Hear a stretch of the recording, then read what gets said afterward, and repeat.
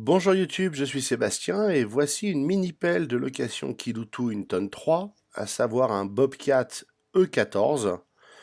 C'est un modèle assez basique, hein, on les trouve en vente aussi, autour de 5 à 10 000, vous avez du choix. Ça c'est un Labrador qui veut jouer à la balle. Et je vous propose aujourd'hui d'apprendre à conduire la mini-pelle, pas le Labrador, ça c'est plus compliqué, et de découvrir les fonctionnalités de chaque commande et comment les utiliser. C'est un guide pour les nuls par un nul. Moi, c'était ma première fois, donc j'ai dû apprendre. Maintenant, je vais vous montrer, comme j'ai pas trouvé d'infos vraiment basiques. On commence par un petit tour.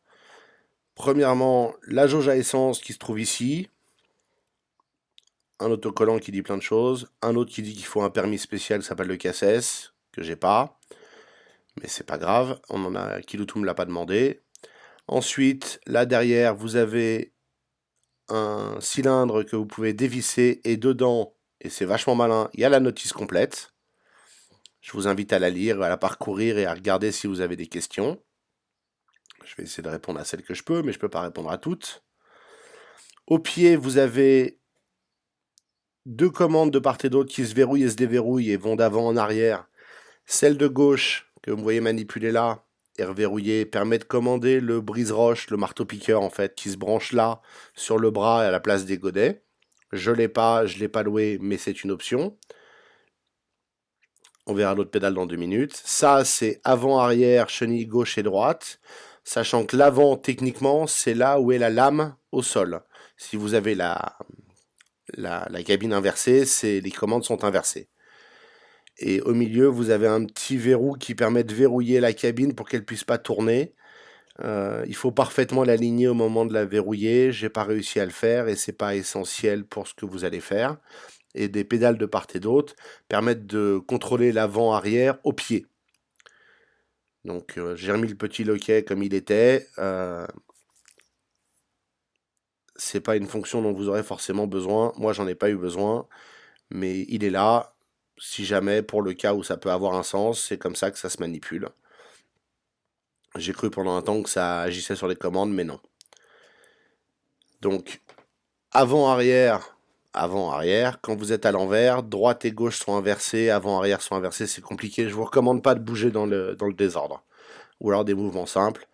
Et au pied, vous pouvez manipuler les mêmes choses, mais ça manque un petit peu de souplesse et d'amplitude, donc de sensibilité. Ces deux accoudoirs se relèvent et sont des commandes de sécurité. Vous voyez qu'il y a des boutons qui manquent sur celui-là parce qu'il n'y a pas d'option. Vous avez le klaxon en haut du joystick. Et quand vous relevez les accoudoirs, l'hydraulique ne fonctionne pas. Donc vous ne pouvez pas utiliser les commandes. De l'autre côté, on a un compteur du nombre d'heures de la machine, la commande des phares. Vous pouvez les laisser allumer tout le temps dans la mesure où elle s'éteint quand vous éteignez la machine. Un commutateur pour passer le levier de lame à écarter les chenilles, on verra ça après. Le code de départ que je viens de vous montrer qui remplace la clé puisque c'est une Kiloutou. Un autre joystick et derrière donc caché le levier qui permet d'actionner la lame ou d'écarter et de rentrer les chenilles. Et au pied vous avez la deuxième pédale donc verrouillable et écartable qui permet de faire tourner le bras autour de ce pivot juste devant la cabine. Ça permet des géométries un peu plus compliquées. Armé de tout ce savoir sur une mini-pelle, je vous propose maintenant de passer à la conduite. Donc on va s'installer dans la mini-pelle. C'est pour ça que je garde la cabine légèrement en biais, c'est parce qu'on peut marcher sur la chenille pour monter dans la pelle. C'est plus pratique. Je vais baisser les deux accoudoirs. Je vous invite à garder celui de gauche levé au début, parce que quand vous le levez, vous risquez pas de faire une fausse manœuvre en démarrant. Le code, il suffit de le rentrer. Il n'y a pas de contact à mettre ou de préambule. On saisit le code. S'il fait froid, on appuie sur le bouton jaune pendant quelques secondes. En l'occurrence, il fait pas froid et elle a déjà tourné, donc on peut directement passer au bouton vert. On appuie jusqu'à ce qu'elle ait démarré, c'est pas un bouton à impulsion. Et si elle continue de biper après avoir été démarrée, il faut attendre avant de faire quoi que ce soit, que c'est la pression d'huile qui soit montée dans le système. Cette mallette rouge que vous voyez est l'accélérateur à main. Quand on veut l'utiliser, on accélère à fond et on la laisse tourner à fond pour pouvoir la déplacer ou utiliser la pelle. Tant qu'elle est froide, laissez-la au ralenti ou à un régime intermédiaire qui sonne juste. Et ce qu'il faut comprendre, c'est que le moteur n'entraîne pas la mini-pelle du tout, aucune fonction. Le moteur ne sert qu'à entraîner une pompe hydraulique. Et cette pompe hydraulique permet d'avancer, de reculer, de lever le bras, etc. Tout fonctionne par l'hydraulique. Le moteur, il n'y a pas d'arbre de transmission comme on a dans une voiture. C'est pour ça qu'on accélère à main et qu'on définit le régime à main. Comme c'est une petite mini-pelle, il faut mettre le moteur à son régime maximum et la laisser tourner comme ça quand on veut s'en servir, sinon elle cale. Avec le moteur à son régime maximum, on va pouvoir regarder les commandes du godet et de la pelle. Alors, en tirant le levier de droite, vous relevez le bras le plus proche de vous, et en le poussant, vous le descendez. Et en tournant à gauche et à droite, en poussant à gauche et à droite, vous ouvrez et fermez le godet. On le ferme vers la gauche et on l'ouvre vers la droite. Comme vous pouvez le voir là, c'est assez simple. On peut aller doucement, on peut aller beaucoup plus vite si on bouge très vite. Mais vous voyez qu'on peut faire des mouvements très lents et très précis. Et le levier de gauche, lui, quand on le pousse, ça écarte le bras qui relie le godet au premier bras.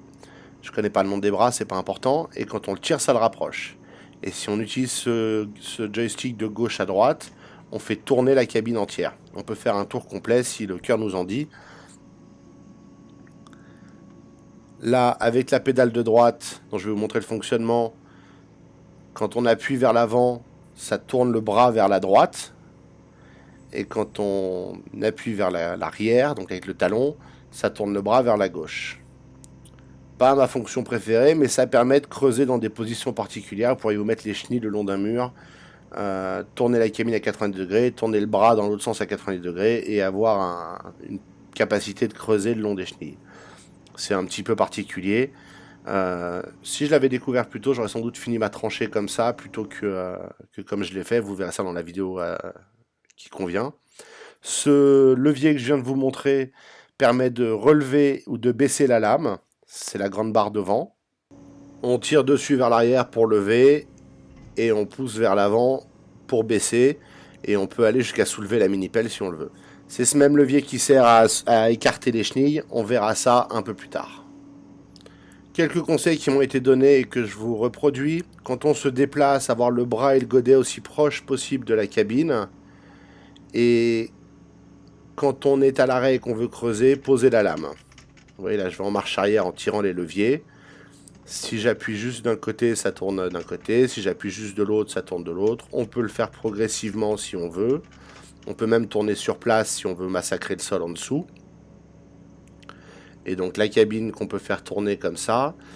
Quand on tourne, quand on fait pivoter la cabine, on évite d'avoir le bras tendu et chargé. Le risque étant de poser la mini-pelle, enfin sur le côté, de la coucher. Ou en tout cas de l'appuyer sur le bras si on perd l'équilibre. Et là vous voyez, maintenant que je suis inversé, les leviers sont inversés, gauche et droite sont inversés.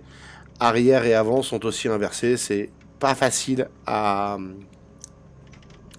imprimer pour faire une manœuvre sans se gourer. Je vous le recommande pas, sauf avant-arrière éventuellement. J'ai toujours préféré le faire dans le bon sens avec la lame devant. C'est plus facile et ça évite de faire une connerie. Ce serait quand même dommage d'abîmer la mini-pelle. Et donc vous voyez que là, je vais le faire avec les pieds. On peut avancer, on peut reculer, on peut pivoter dans les deux sens, mais ça manque un peu de souplesse. Et comme on est remué dans tous les sens, je trouve qu'on a moins de contrôle avec les pieds. Donc je l'ai peu utilisé, sauf quand je devais faire des trajets un peu longs le long de la maison. Et donc voilà, je m'arrête et je pose la lame. Principe de base. Alors vous m'excuserez pour l'angle de visée, mais c'est pas très facile de tenir la caméra. Donc là, vous voyez, je vais vous montrer comment on récupère un peu de terre. J'ai étendu le bras et ressorti le godet. Et tout le truc, c'est de rapprocher les bras, les deux, tout en repliant le godet et ensuite en levant le bras principal, le premier bras plus, pour récupérer de la terre. Évidemment, vous pouvez le faire avec plus ou moins d'agressivité. C'est tout un art d'arriver à faire glisser le godet selon une ligne droite le long du sol. Et c'est un art que je maîtrise pas encore du tout, hein, soyons clairs. Mais c'est un truc qui vous viendra assez vite. Et si vous avez des doutes sur la procédure, si vous n'êtes pas à l'aise, vous pouvez le faire de façon séquencée. Sortez les bras, ouvrez le godet, descendez le godet au niveau du sol, repliez un peu le godet, tirez sur le levier de gauche, repliez un peu plus le godet, tirez sur le truc de gauche. Si ça bloque, relevez le bras principal avec le joystick de droite. Et vous aurez comme ça la capacité de creuser sans avoir à faire des mouvements complexes. Les mouvements complexes, ça prend quelques minutes, mais on y vient assez vite. Et, euh, et ça se passe plutôt bien. Vous voyez, j'arrive à prendre de la terre et la sortir. J'évite de trop me déporter par rapport à la lame avec le godet chargé en extension parce que j'ai vraiment pas envie de coucher la mini-pelle. Apparemment, ça arrive couramment sur les chantiers avec les débutants. Et pour en finir avec les fonctions de base, quand vous avez terminé avec la mini-pelle et que vous voulez la garer, ma recommandation, ce qui semble bien fonctionner, c'est baisser la lame, comme ça elle est stable, ouvrir le godet pour avoir la face inférieure à plat, tourner légèrement la cabine et appuyer juste légèrement le godet au sol. Baisser le régime moteur en retirant le levier vers l'arrière et éteindre avec le bouton rouge sur le panneau de commande.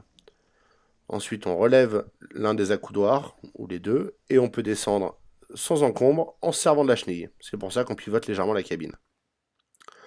Et voilà comment je gare la mini-pelle. Voici pour les fonctions de base. Comme la vidéo fait déjà 10 minutes, j'en ferai une deuxième avec la gestion de l'écartement des chenilles, le changement de godet, ce qui est assez utile, le plein d'essence, les graissages et quelques exemples de manipulation. Donc pour l'instant, je vous remercie d'avoir suivi cette vidéo. J'espère qu'elle vous aura été utile. Si vous avez des questions ou des remarques, les commentaires sont là pour ça. Encore une fois, je suis pas un pro. Et surtout, pensez à vous abonner et à liker cette vidéo pour ne pas manquer la prochaine et partager celle-là.